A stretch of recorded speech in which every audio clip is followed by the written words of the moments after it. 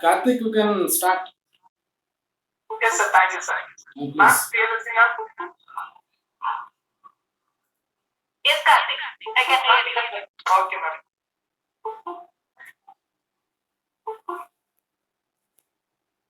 Sir, good afternoon. Good afternoon. I am Mrs. Priyadashini, Assistant Professor, Department of Computer Science. Good noon to one and all present here. It gives me immense pleasure to welcome today's guest of honor, Dr. Kiran Sri, to enlighten our minds with artificial intelligence.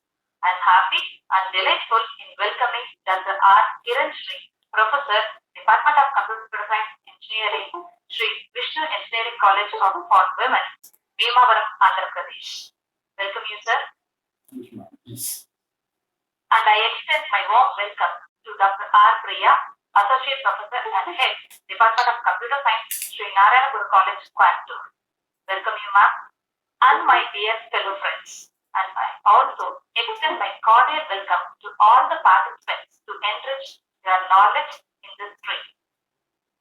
Now I would like to present a brief intro to our today's chief guest. Dr. Kiran Sri has received his BTech and ME Computer Science and Engineering from JNTU and Anna University respectively.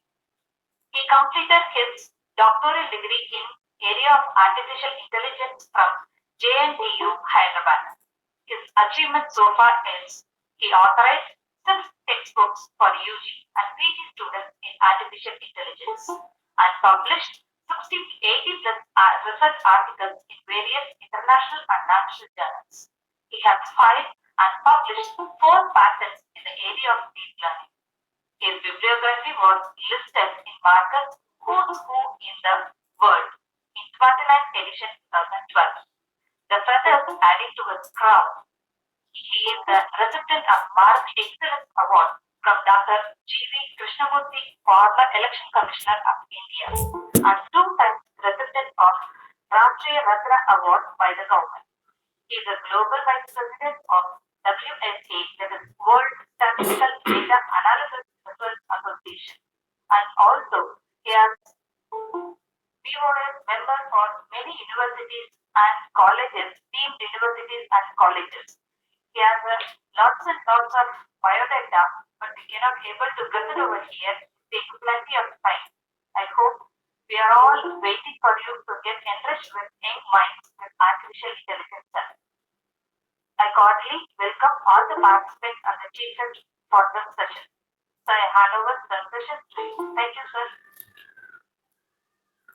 Thank you, madam, for your nice introduction. I have to thank the management and principal of Sri Narayana Guru College, particularly the head of the department, Dr. Priya, and Dr. Karthik. And I will start sharing my screen.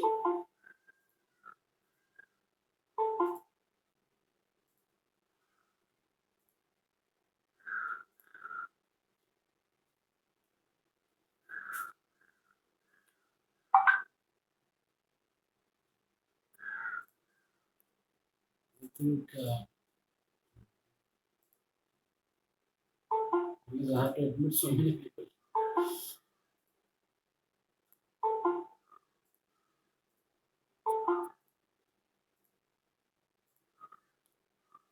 Madam, is the screen visible? Yes, sir. Thank you very much for your nice introduction. Thank you, sir. And it's a privilege to be part of this webinar on recent advances in artificial intelligence. Because this artificial intelligence has become an integral part of our life. We are living in an artificial intelligence world. So obviously, the context in which the webinar was planned and the title will be apt for this particular technology. The reason is last week, if you see the Gartner's report, the top 10 technologies that are pertaining that will rule the next 10 decades, at least 10 years, is artificial intelligence, cybersecurity, and many more, like IoT and many more. Just a minute, I'm just trying to admit some people. I'm just trying to admit so many people.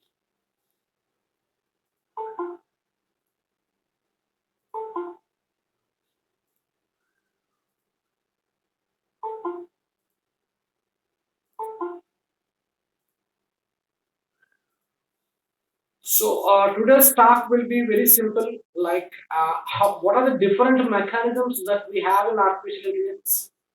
What are the applications of artificial intelligence? How can artificial become a versatile predicting tool? And then we try to find out what exactly is machine learning and what are the pros and cons of machine learning. What are the various techniques in which you can use in machine learning? And at last we try to have why we are going for deep learning instead of machine learning, and we try to find out various mechanisms in deep learning. This is how I have organized the slides. I said I have four many different type of mechanisms are there. Four important mechanisms I have reported, and then I will come to various applications of artificial intelligence, and then I try to find give the difference between a traditional system and AI system, and then what is the difference between an AI system and a neural network system, and what exactly is machine learning, what are the various aspects and various mechanisms that we could find in machine learning, and what is deep learning and why we need to use deep learning, what are the mechanisms and what are the algorithms that are used in deep learning. We just try to end the webinar with some case study. If you see the general mechanisms that we have in artificial intelligence, there are four type of mechanisms. Like the first mechanism is thinking humanly. Can we develop systems which can think exactly as human beings? It's very difficult to replicate a human being. So that is the reason thinking humanly is a difficult system to be developed. Second one is acting humanly. Can some of the tasks that are done by a human being can be done by a system better? To some extent, because all the expert systems will come in this acting humanly. The topic is something like this. Can some of the aspects, like some of the tasks that are done by a human being, can be done by a system? The answer is yes. Just I need to admit something. Yes. I'm trying to admit people.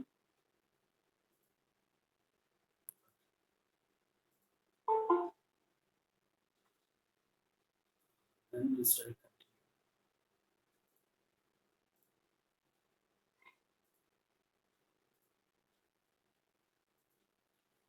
So acting humanly is very simple concept where can some of the tasks that are done by a human being can be trained by a system or not. It is a study of how computers do things at this moment. People are doing better. So many of the expert systems will fall into this acting humanly category. The third one is thinking rationally. Can these systems, can computers think rationally? Can think in the terms of logic? It's very difficult. In other way, can we use computation models to design things? So thinking humanly, thinking rationally is a difficult characteristic of any system to achieve. But you can have acting rationally. Just try to admit people again.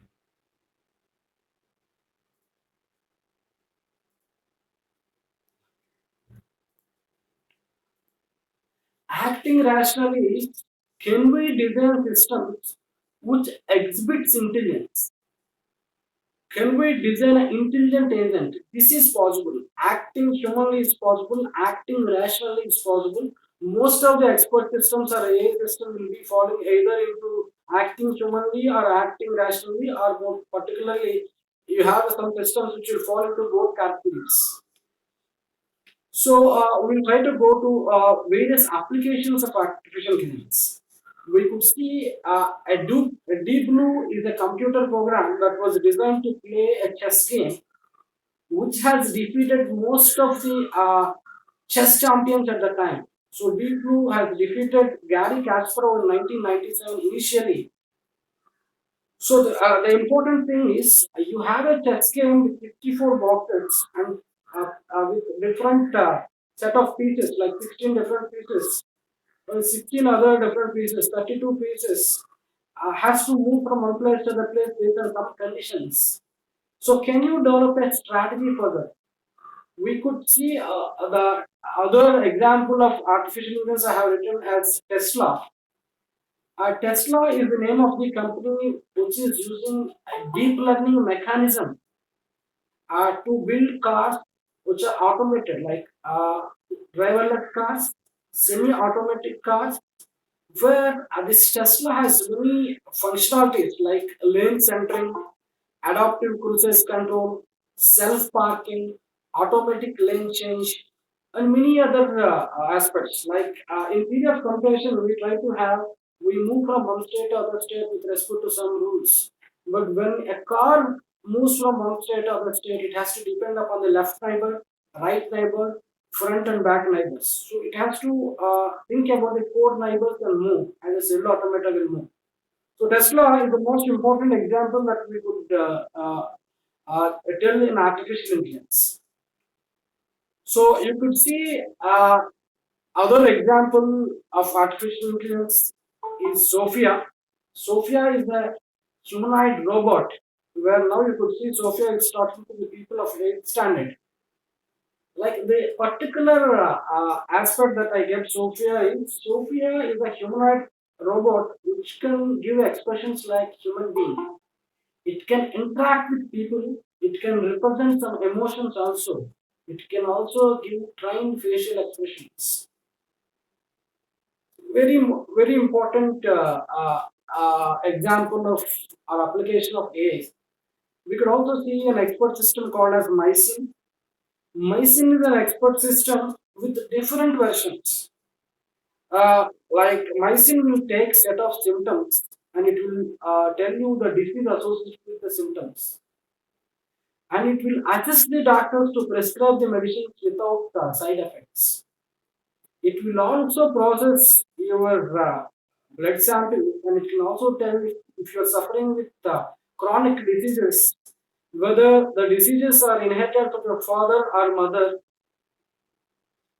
If you're having six fingers in the hand, what is the reason for having that? So Mindsim has more than 256 different type of functionalities. Like now Mindsim is trying to find whether the blood samples may contain cancer or not. If it is cancer positive, then it also find out whether it is a breast cancer, a bone cancer, or a blood cancer. So Mycin is an expert system that will be pertaining to the health informatics. Many other applications are there. I have just given an application in sports that we know this is a Hawkeye system. It's very difficult to predict the movement of the ball after pitching, whether what displacement it can take in the terms of deviation, whether it is 30 degrees or 50 or 45. It's very difficult. After pitching, how much height it will go. The Hawkeye is the most important example that we could find in artificial intelligence. Because every moment when the ball was pitched, so it is all the prediction that will happen in the background. So one of the most important application of AI, most of the people use face recognition. They're using Python with TensorFlow and Keras. Face recognition is used everywhere, whether you use Facebook or Twitter or any other social networking. Face recognition is used, and now the image processing has been a part of Python. So obviously, most of the time when we process images and voice, we use CNN or RMN. So obviously, face recognition is also a part of artificial intelligence.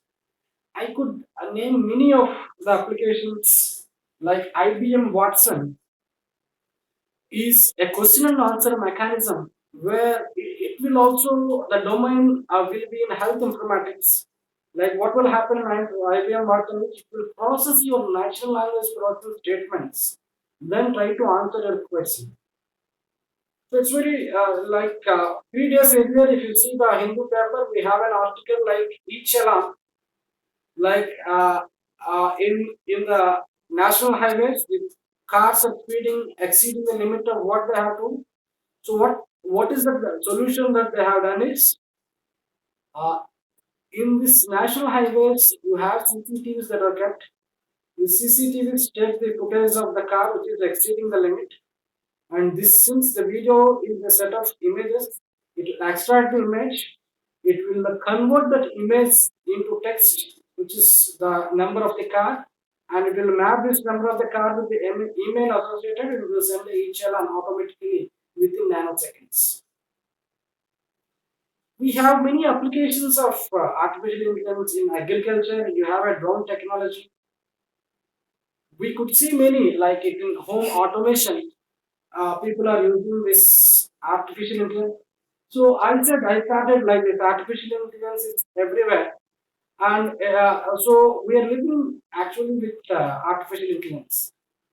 So in sports, if you summarize the topics that we have discussed till now, so in sports, uh, we are having a software which is Hawkeye. In agriculture, many applications of AI are there, whether it is a drone technology or crop selection or crop analysis and prediction, crop monitoring. All these will be areas of artificial intelligence. In automobile industry, we have seen driverless cars in the name of Tesla. In shopping also, if you see the trend of shopping that is happening, particularly websites of Amazon or Flipkart, you have bots that are installed in the websites. You go to your banking, you have a bot. So the bot is an automatic robot-like structure where it will automatically answer the queries based on your questions. I can give an example of a bot as Elisa is a chatbot where it can interact with you and it will give you the mindset of the person at that moment. It will ask you at least 6 to 7 questions. Based on the 6 to 7 question answers, it will try to give you the mindset of the person at that moment. So in shopping, when you go for e-commerce in the terms of product suggestions, how can you suggest products like I buy a mobile? The other things will be suggested based on the history that you do, and it is an AI technique. Whether you go for customer support, most of the people are using chatbot. That's what I said. So this is a diagram which is pertaining to home automation. Like most of the aspects, like you go for a smart TV or a refrigerator or a watch, you have AI integrated with IoT. So in social networks like Twitter and Facebook, in the terms of image processing, your artificial intelligence was already there. In education technology for creating dynamic classrooms, we are using artificial intelligence. We could see here the Google Maps, like navigation technology, what is the shortest path from Chennai to Bangalore? Obviously, it will vary with respect to time and the traffic that we have and the condition of the roads, many other dynamic parameters. That is an AI technique.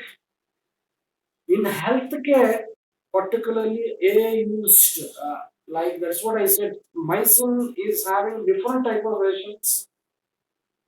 It basically I have the blood sample that was given. So once I have queried with some symptoms, it will give you associated disease. It can also predict what type of disease you are going to get in future. So in health sector, we are using artificial intelligence, and we could see this Google Home or Siri or Alexa. All these are virtual assistants. Siri is developed by Apple. It can act as a virtual assistant. It can take your voice queries. It can answer your queries. It can give some certain recommendations. And you know, most of the people are using this Alexa that was developed by Amazon. While it can be used for localized search, it is also a virtual assistant. It can interact with you. It can play music. Like I have asked Alexa last time, like I asked her to play a song called as Kalipogada in Tamil. So Alexa has played this song, but Siri does not. And you have other virtual assistant called as Google Home here. I try to ask Google Home where is my mobile, and it has answered. But the same question I have asked to Alexa, it is not able to answer this query. It depends upon the way in which you need to have a searching strength and consistency knowledge, then you have to go for Google Home. And localized search, it is better to go for Alexa. And Siri has its own advantages. So, to conclude, the way in which we applications of AI are immensely increasing, even you see the COVID, the preventions of COVID, most of the people know the social distancing mechanism. Like we have almost 17 to 18 different type of systems that are developed in deep learning to monitor in an enterprise whether people are following this social distance mechanism or not. We have systems of deep learning. So whether people are using mass or not, there is a deep learning, almost 80 plus different type of systems are there in deep learning to monitor whether people in an enterprise are using mass or not. Even many deep learning mechanisms are evolved to process the X-rays of the patients and to predict whether the other people, like I have taken an X-ray and come with an X-ray, it can process and tell whether this patient is prone to COVID or not. Many applications are there. I have just taken very few of the applications and just try to enlighten.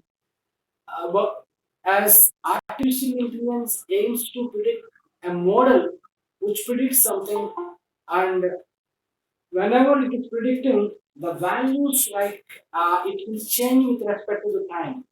You can think about the weather. Like I'm just trying to predict the weather variations now in the terms of temperature, wind speed, rainfall. All the parameters that we process are very dynamic. Like the distance between the earth to cloud, if it is less, obviously there is a rain. So your AI system is trying to predict a model which will predict something which can process static as well as dynamic parameters. So your machine learning and deep learning concepts can only predict something when the data is available. It needs a database based on that it can predict some values. So that is the reason people try to address the challenges of AI. They will start with games, whether it is a min game or a tic tac toe game or a chess game. Just a minute, I try to admit some people.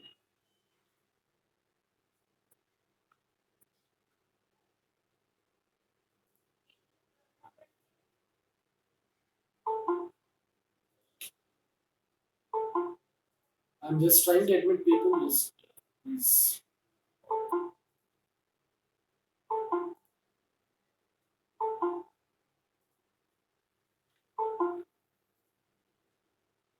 So I'm just trying to admit this for some.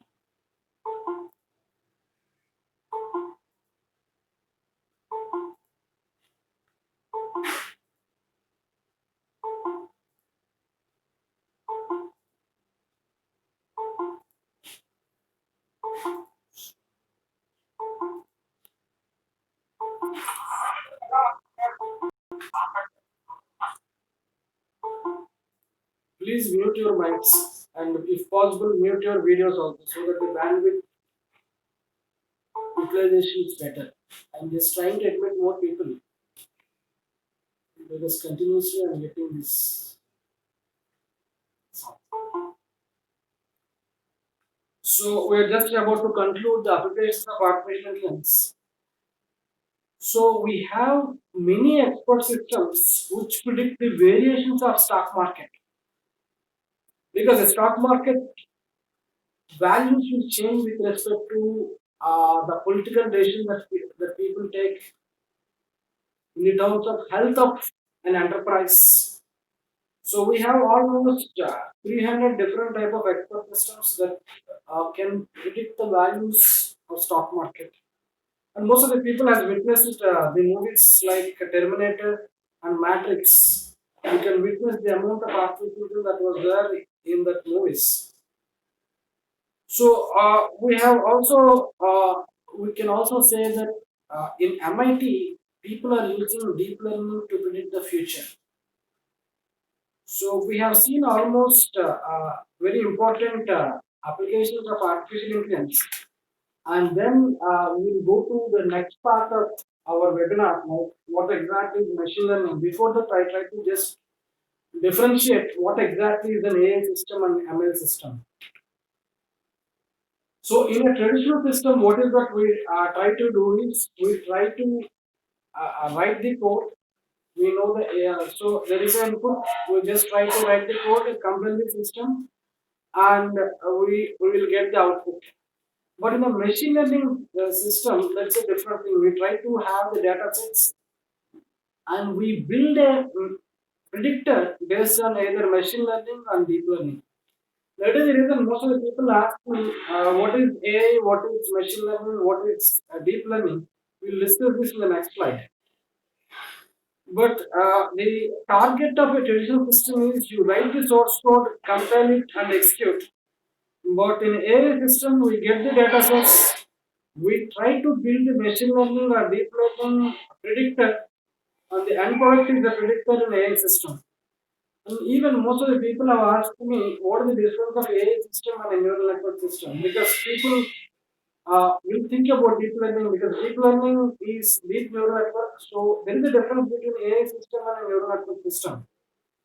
In AI, the designing is most important, and neural network talks about training and testing. The representation that we follow in AI is a symbolic representation, and the representation that we follow in neural networks is a numeric representation.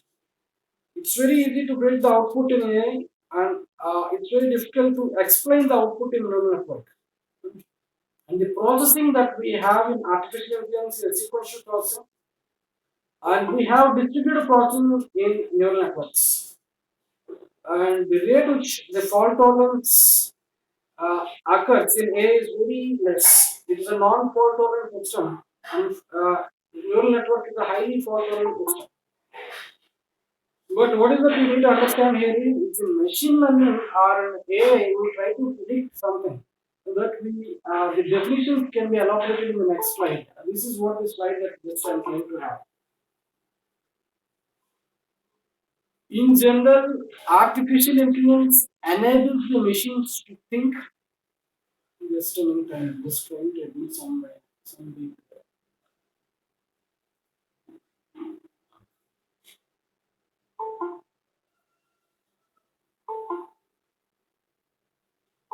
So many people are thinking again. So this will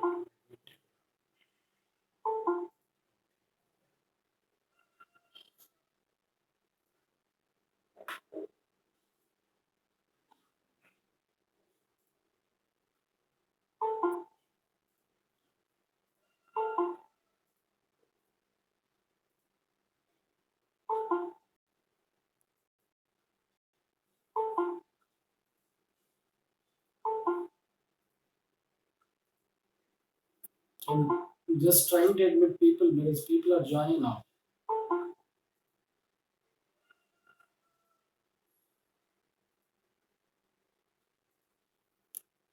So in general, AI talks about how the machines can think.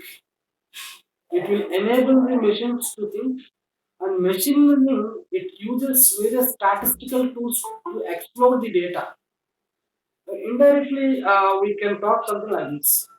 AI systems needs the ability to acquire their knowledge from extracting patterns from raw data. That ability we call that as machine learning, which is very important. And also, the ability to learn without explicitly getting programmed is the particular future of machine learning.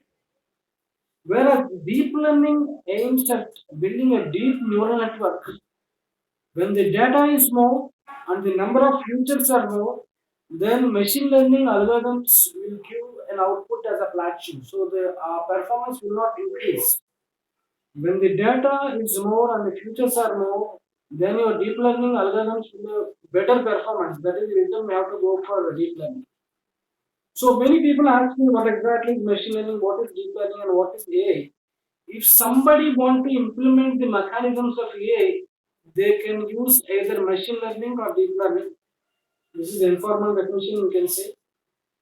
But when the futures are less and the data sets are less, we have different strategies in machine learning. It can be supervised strategy or unsupervised strategy. We have different mechanisms in deep learning, which talks about whether CNN, RNN, or many other mechanisms are there. We just will see what are the applications of this in detail in the next slides. So this is the most important slide. So what is the output of machine learning? We can say like machine learning try to design a model which will fit for a given input and a given output. Machine learning, what is that we try to do is we will collect the data sets, we know what exactly the output we need to get, we try to fit a model which will take this input and give that output. So what is the output of machine learning is a model which is very important in the context of machine learning. So many different mechanisms are there. Many mechanisms are there in machine learning. Most of them are very vital are supervised learning, unsupervised learning, and reinforced learning. So we just try to find out what was there, what is supervised learning, and what mechanisms are there in supervised learning, and what is unsupervised learning, what type of applications will be suited to unsupervised learning, and what is reinforced learning, and then we try to find out what are the drawbacks of machine learning. That is the reason we are going for a deep learning. This is what the emphasis of these next slides. So, supervised learning is a practice where the data set or data is labeled and the algorithms learn to predict the output from the input data. Whereas unsupervised, the data is not labeled, we don't know the class label. So we need to find the classes based on the inherent structure from the input. We need to find out the inherent structure. Based on that, we need to find out. That is what we call as unsupervised learning. So when we adopt unsupervised learning, we need to see that the intra-similarity is more and inter-similarity is high. So whenever the data is labeled, we go for supervised learning. Whenever the data is unlabeled, we go for unsupervised learning. Whenever we try to get the feedback and then try to proceed, then we go for reinforced learning. So we have different applications of supervised learning. We have different mechanisms of supervised learning. Supervised learning can be divided into regression and classification. And in that regression, we have different type classification. Also, we have type what exact somebody is just presenting. Interesting.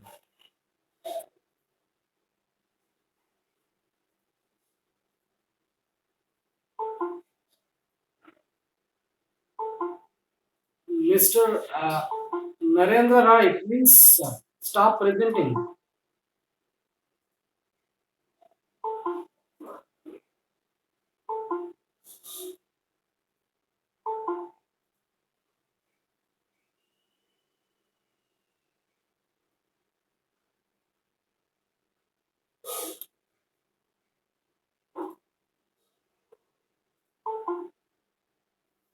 Again, I'm just trying to admit some people.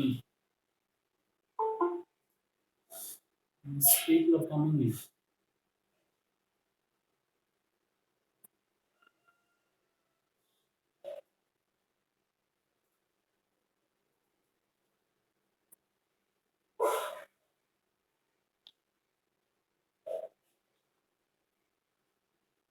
So we have many applications of supervised learning. Still, people are coming. So we can take it as sentimental analysis, recommendation systems, spam filtering. All which we can take it as supervised learning examples. Document clustering, anomaly detection. Many other examples are there. We could see many types of applications in unsupervised. In reinforced learning also we have many applications like when we try to have a robot in robotics this reinforced learning will be used.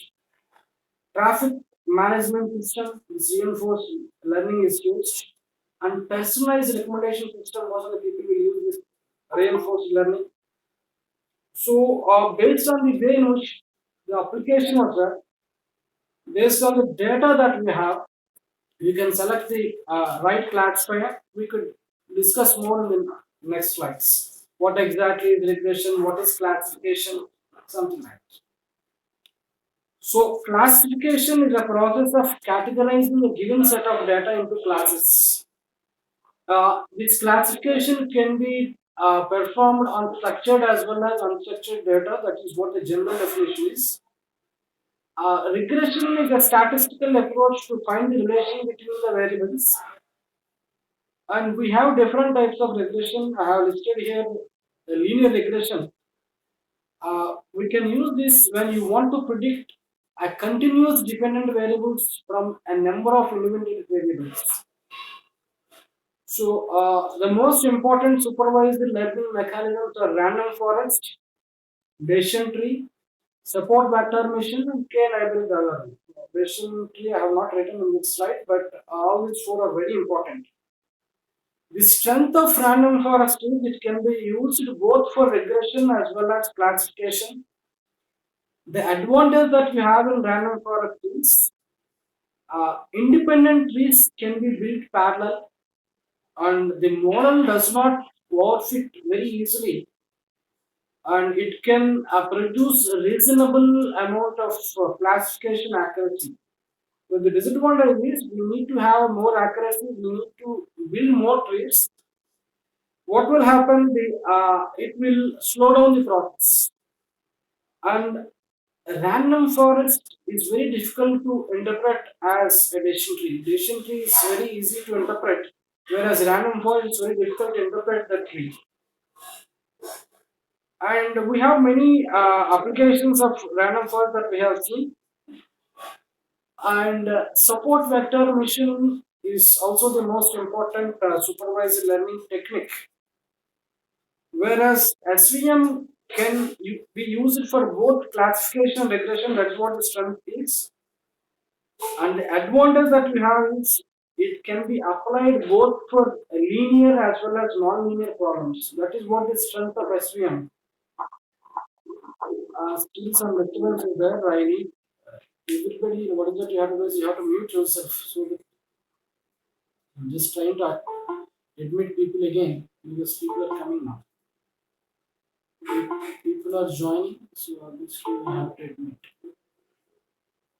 Just a minute.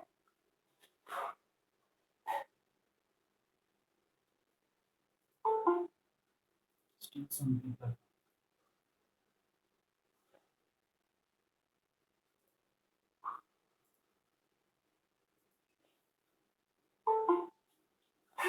So we have n number of applications for SVM, particularly the face detection. How do you classify the images? Particularly, we have used this SVM in bioinformatics applications to find protein coding region, promoter region. How do you find the structure of a protein? All this we have used with respect to SVM. And recognition, like handwritten recognition system, most of the systems are developed in SVM. The main disadvantage that SVM is having is not suitable for large data sets, and particularly it cannot process data sets which has a little bit of noise. So when the data is non-linear or linear, you can apply this SVM. And I said you have other structure called as Bayesian tree. Bayesian tree can be used for both classification and regression. Decision tree generally uses a tree representation to solve the problems where the leads will contain the class label at the end of the day. And many examples are there in decision tree. It has various versions also. Like in operational research, most of the people use this decision tree. The only disadvantage that decision tree is having is if there is a small change in the data, we need to change the tree. That will create a time-consuming aspect. Like when there is a small change in data, the entire tree has to be constructed. But sometimes what will happen if my data set is of length 100, sometimes we need to build the height of the tree 200 also, sometimes in the worst case. So many other examples are there. We can see talk about k-means library algorithm where it stores all the cases available and classifies the cases based on similarity method. Similarity method in the terms of distance function actually. The strength of k-means algorithm is it can be used both as classification as well as regression. Mostly people are coming this side, try to admit them.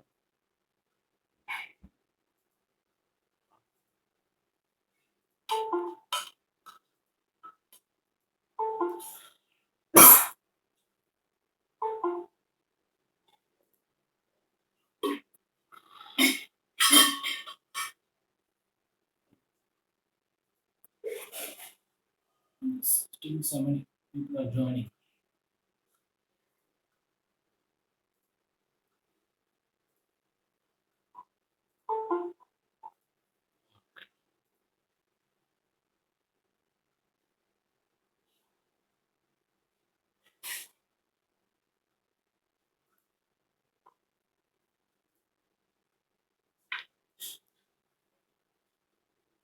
So the strength of k-nearest neighbor algorithm is it can be used both for classification as well as regression. And whenever people try to forecast, economic forecasting, data compression, all these areas where you can use this k-nearest neighborhood algorithm. So if you wish to conclude this slide, whenever the data is less and when there is a non-linearity in the data, better to choose SVM. And whenever the tasks and the data is independent, it's very easy to read treats in terms of data random forest, so better to go for the classifier. My interest of the supervised learning mechanism that was kept in the slide is what are the applications of random forest, what are the applications of decision tree, what are the applications of support vector mission, what are the applications of k-nearest algorithm, and when can you go for random forest and when can you go for SVM? This is what my discussion. And then we try to see unsupervised learning mechanisms. Many unsupervised learning mechanisms are there. Most of the important mechanism in this is k-means algorithm, because k-means algorithm people are using it in a different context. Many times people even now even it is the oldest algorithm people try to use this k-means algorithm. In the first algorithm that I have kept in which slide is principal component analysis, where it uses a statistical technique to examine the interrelations among set of variables. People uses this particularly for face recognition, computer vision, particularly when people try to compress the images, then they go for this PCA algorithm.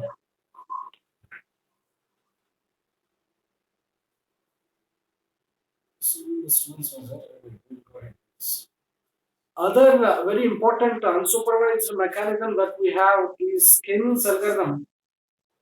It's the most simplest and popular algorithm actually. What is the strategy that k-means algorithm is designed is it try to identify k number of centroids, then try to allocate each data point to the nearest cluster. It's a very simple strategy. But advantage that k-means algorithm is having is it can handle large data sets. So in the earlier slide, I said if you have a small data set, you can go for SVM. Now I'm saying if you have large data sets, it's better to go for k-means algorithm. I'm just trying to admit some people again.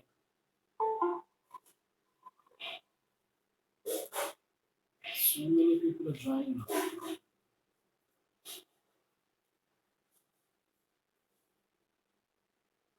So the advantage that k-means algorithm is having is it can process large data sets and it can learn from new examples very easily. The only factor that will prevent k-means algorithm to use is like it's very difficult to get the value of k sometimes. And rescaling the data sets completely, particularly, will change the entire structure in the terms of accuracy. So, particularly people try to use this k-means algorithm for image segmentation, image compression, document clustering, many other examples. I have used this k-means algorithm for almost more than 50 times in different contexts and different type of applications. So very popular and very simple algorithm which K-means, which is very important is K-means algorithm. And most of the people know this a priori algorithm, which we try to learn in data mining, where we try to find the frequent data sets. This basic strength of that is like how do you identify the frequent items sets. Example can be the market basket analysis. And then the next, we need to discuss something about hierarchical clustering. This is the most important structure that we have for unsupervised learning. It's very easy. It's very easily, we can interpret the data very easily by using this hierarchical clustering. Many examples are there, whether it is a facial recognition or image compression. Most of the people they go for this hierarchical clustering. People are just coming and joining again. Just try to admit this people.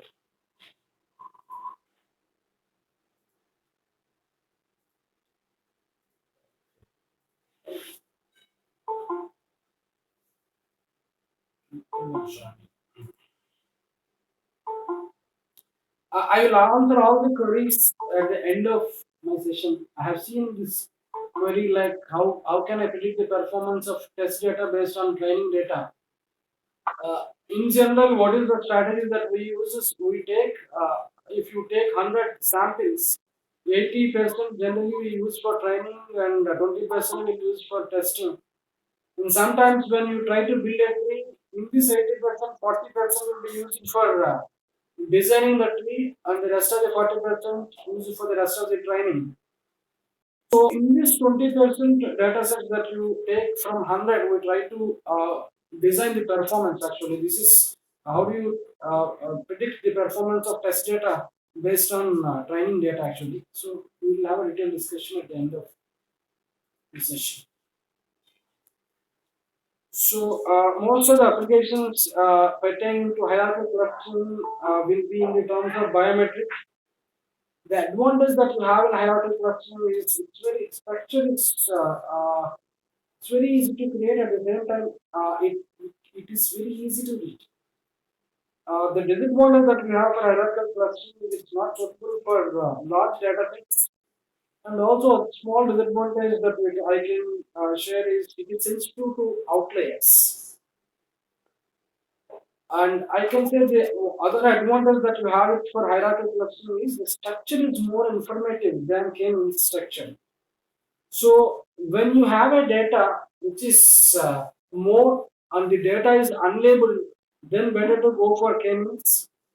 When the data is less, then better to go for hierarchical clustering because hierarchical clustering offers more informative partition. Please a minute, I have to admit something again.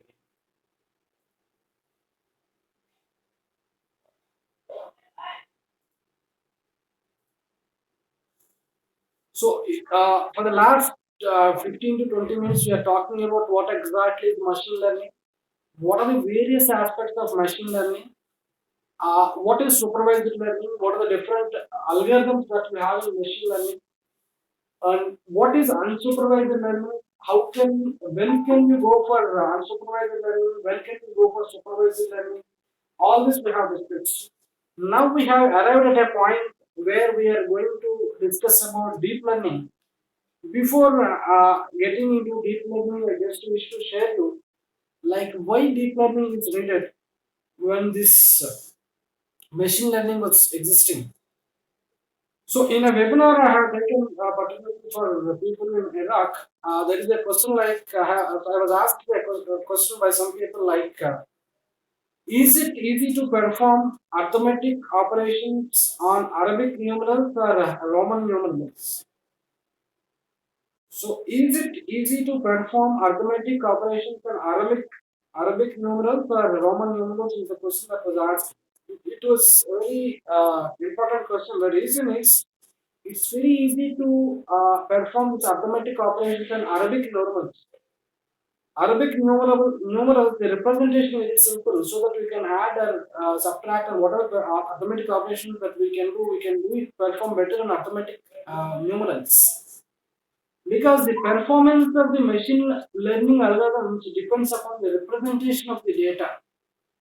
So the representation of the data in Arabic numerals is better. That is the reason the arithmetic operations performance will be faster in Arabic numerals than Roman numerals. So what is the disadvantage that you have in machine learning algorithm is the representation of the data. When the data is more, obviously it's very difficult to get a more accuracy and error susceptibility. When the number of features are more, then deep learning can do better. And that's what I said. If the data volume increases and the number of features increases, machine learning algorithm performance will be very flat. You could see here now. If you see this graph, we could easily understand when the amount of data is increasing, the machine learning algorithms, or most learning algorithms, there is a plateau like this. The performance is very static. Whatever amount of data, the data increases, the performance is constant. But deep learning algorithms do better when your data is more, even the number of features are also more. That is the advantage that you have it for deep learning. Just I try to include some people.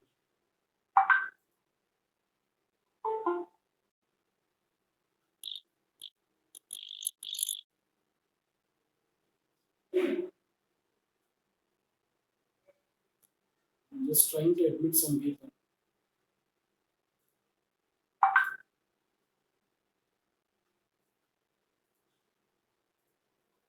People are still joining.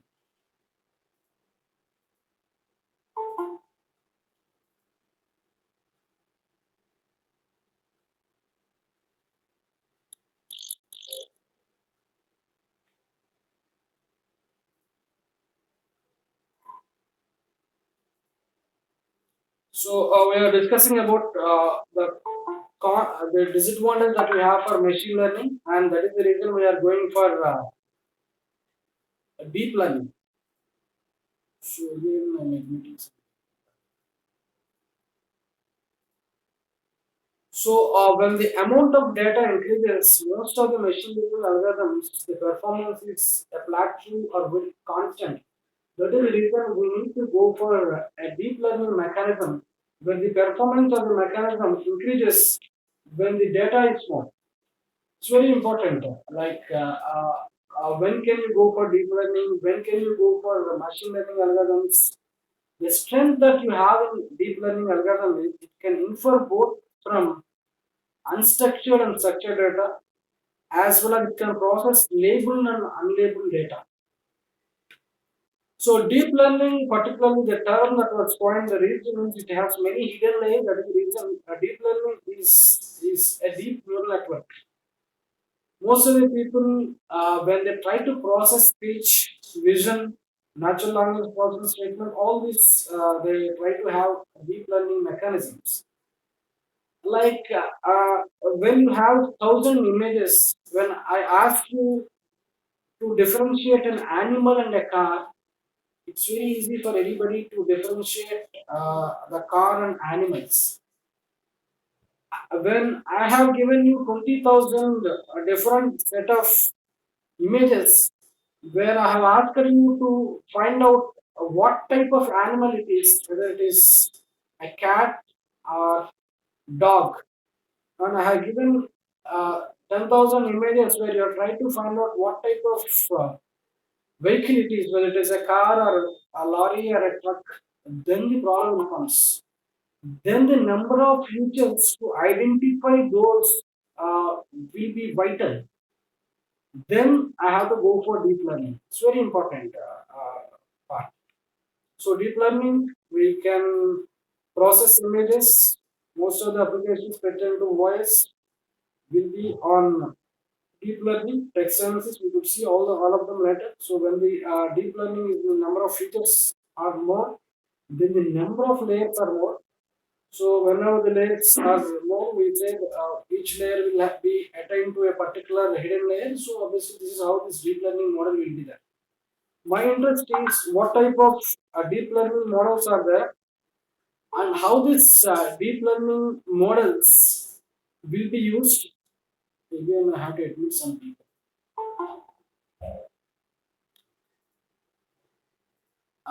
When can you go for deep learning? When can you go for machine learning?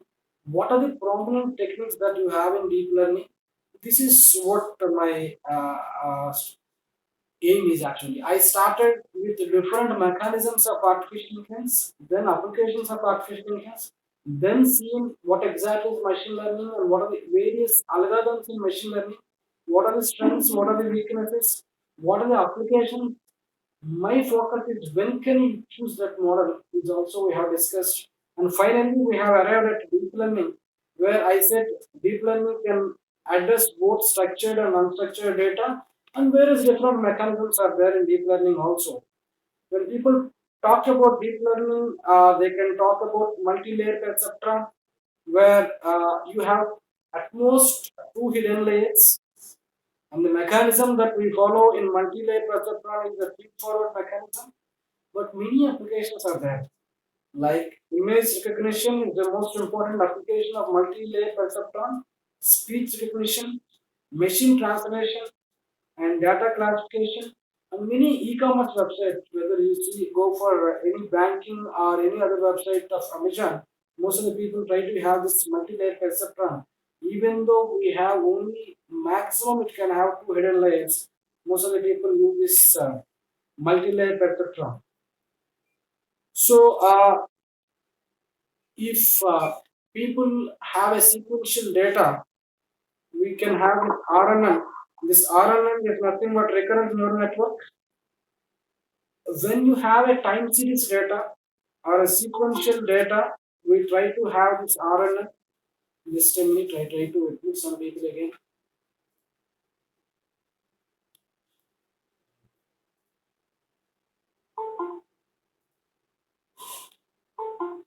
Okay, let me teach you.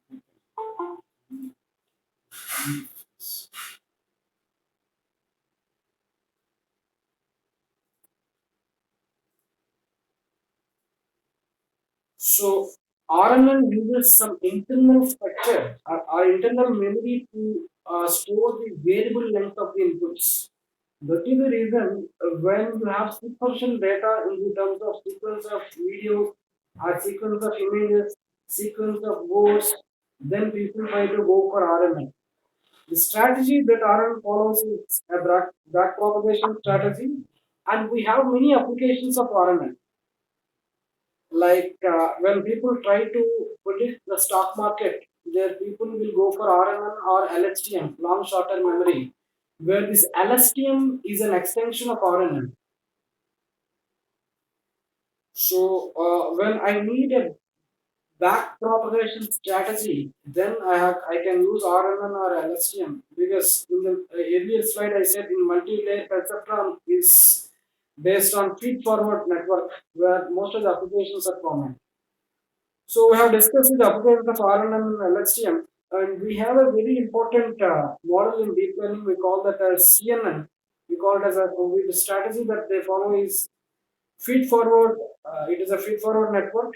Most of the people, when they try to process images, they process videos, natural language processing statements, pattern recognition, medical image analysis. CNN is having many applications.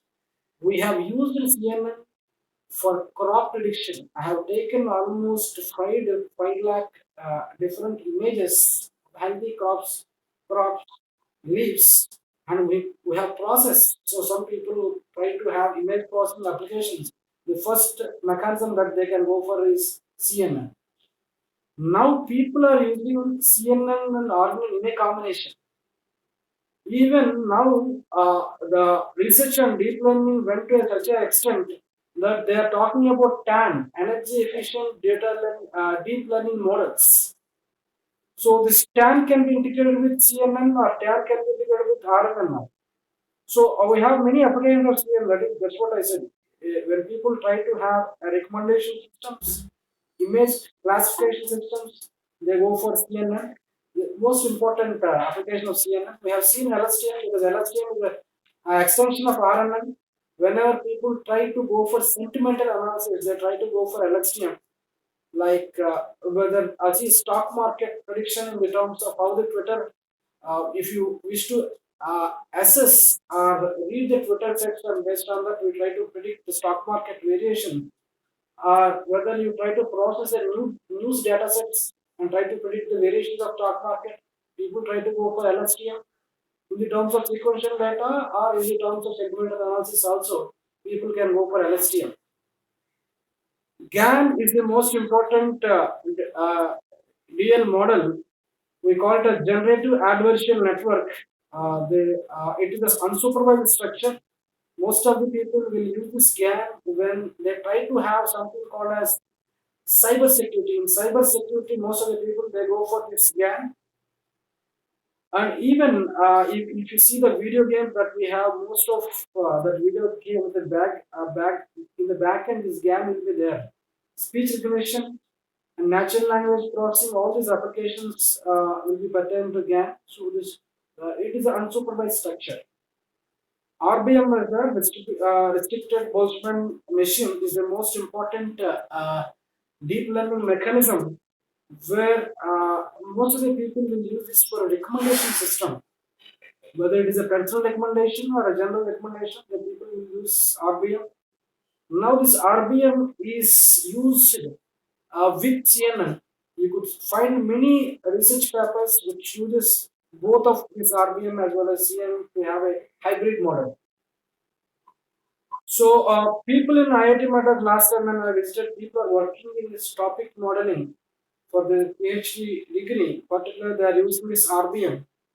So my interest of this slide is what type of deep learning mechanisms are there, what are the applications of this, and when can you go for what model. When we have a model called as DBN, Deep Belief Network, whereas unsupervised structure based on some probabilities. When you have something called as image and face recognition, people use this DBN. Video sequencing recognition, like whether you have captured a video that is original or it was created, your DBN will give an input. Just a minute, I'm just trying to admit some people. People are waiting.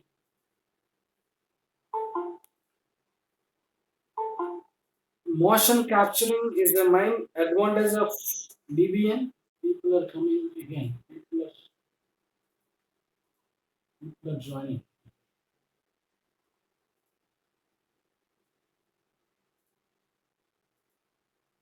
So we have many advantages and many applications of DBN, particularly in image and face recognition, video sequence recognition. So to summarize what we have discussed on deep learning model, my discussion went like this: why we need to go for deep learning, when we can go for deep learning, and what type of deep learning models are there. What are the applications of deep learning model? See, I have unlabeled data. Then I have to go for either GAN or GAN.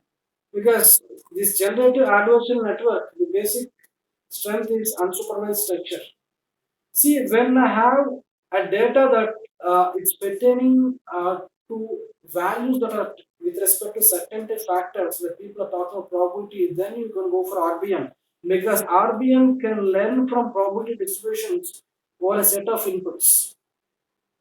So my interest of this slide is what type of deep learning models are there and why deep learning is needed even though we have machine learning. And I have taken most important deep learning models. We have discussed also about multi-perceptron layer, single perceptron layer. We also discussed about TAN, which was not in the slides.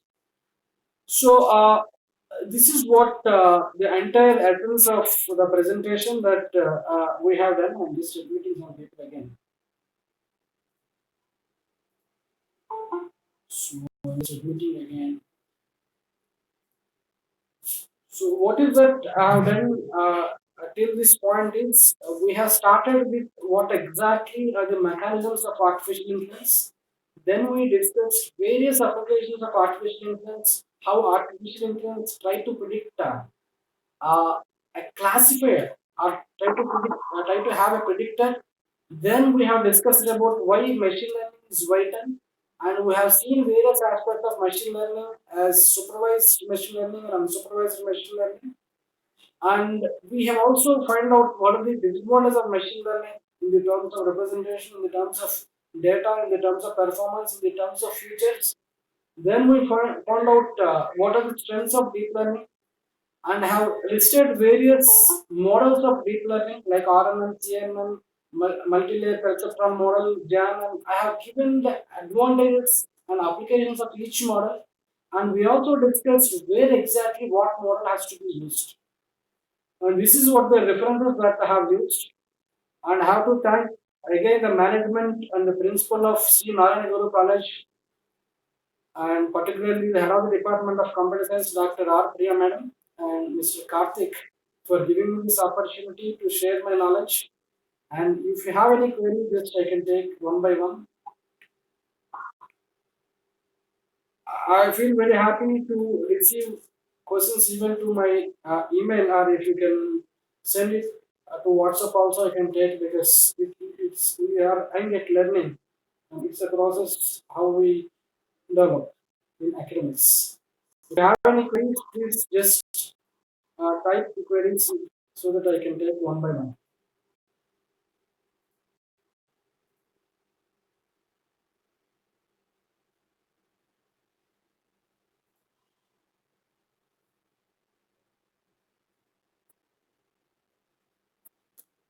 Sir, there is no particular restriction on the number of layers. Particularly, the number of layers vary with respect to the number of features. See, if somebody asks me, I have 1,000 images and I have asked to differentiate the animal and car, I can have two layers itself. But if somebody asks me what type of animal it is, whether it is a cat or rat or dog, then the number of features will be more and the number of layers will also be more. That's what my answer is, ma'am. Based on the number of features to predict something, the number of hidden layers will change.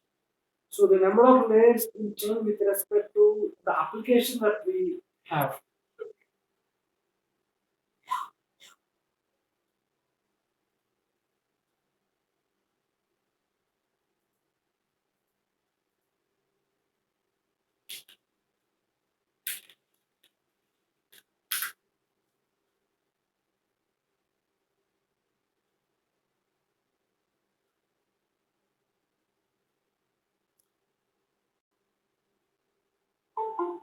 I'm just trying to.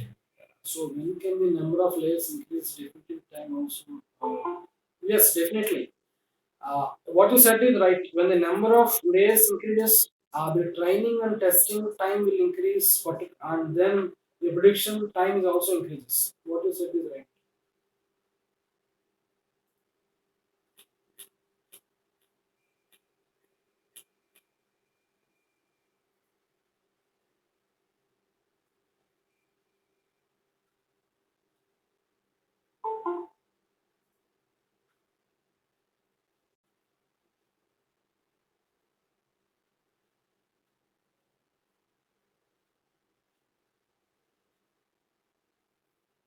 I will share the PPT to the Dr. Karthik so that he will share it to you in the WhatsApp group or any other group that was created.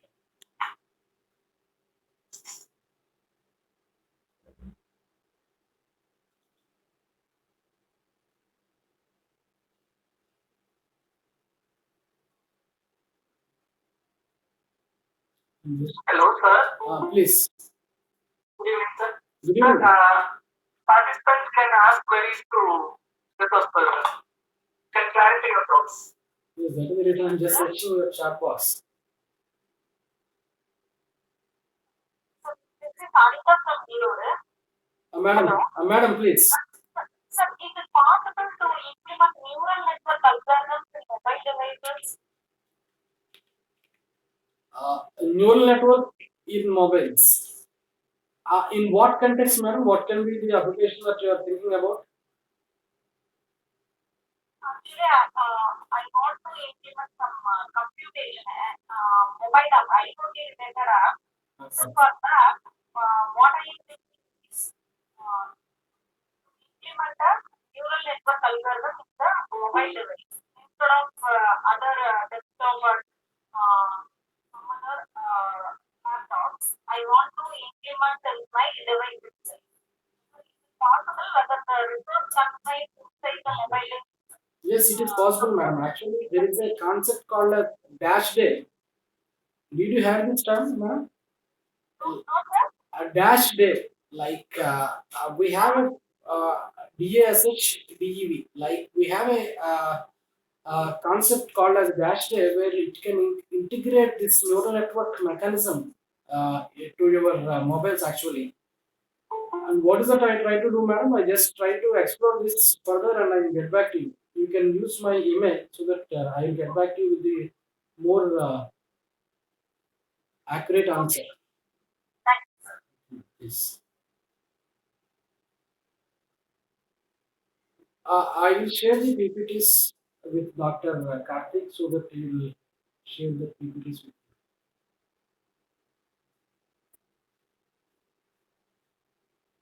I'm just searching the chat box for any questions.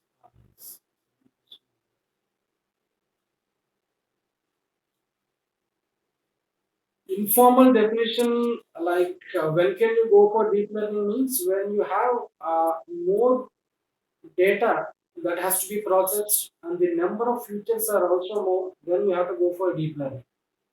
I'm just searching the questions in chat box.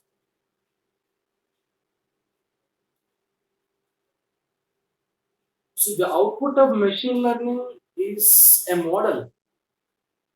That's what the answer is. Like we have the input data set, we know the output, we try to fit a model. That's what the output of machine learning is. Mm, I have answered all the queries in the chat box. Any part, Excuse me, sir. madam, please. The Aparna is having a question. Madam, please. How humanoid helps in artificial intelligence? Is there government funding for projects related to AI?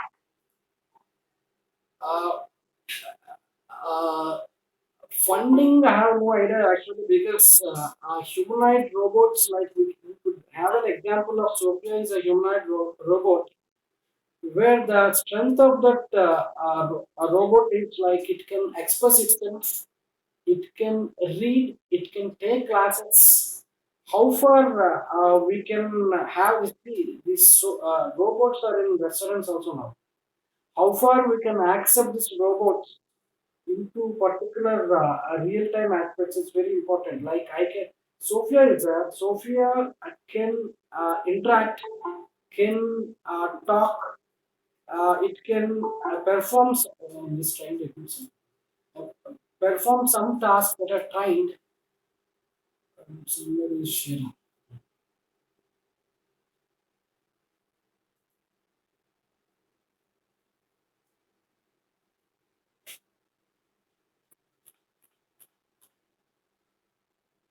That's but I don't know about the funding agencies. Particularly, I am doing a self project where we are developing a deep learning mechanism to predict the variations of weather.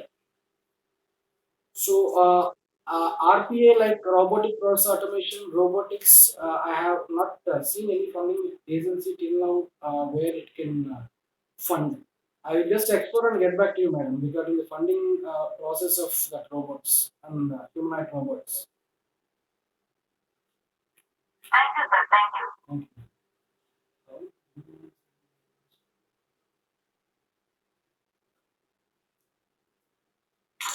I have seen the question. Sir, good evening, sir.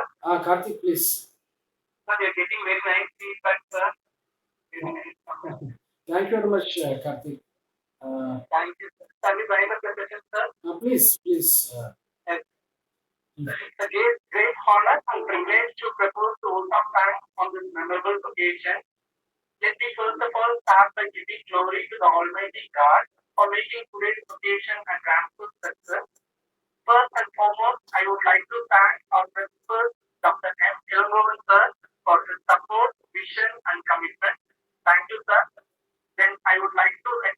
our sincere gratitude to our chief guest, Dr. Kiran Singh, Professor, Department of Computer Science and Engineering, Sri Vishnu Engineering College for Women, Bhimavaram, Andhra Pradesh, who despite his busy schedule has found time to grace this occasion. Thank you, sir. My heartfelt thanks to Dr. R. Priyaman, Associate Professor and Head of the Department, for her valuable contribution, guidance, and encouragement to all efforts. Thank you, ma'am. I thank all the participants for joining with us and ensure that this occasion become a memorable success. Thank you all. Thank you very much, ladies and gentlemen. I'm just signing off. Thank you, sir. Thank you very much. Yes, Have sir. a nice day. Participants, your certificate will be issued within a week. Thank you very much. Thank you, sir.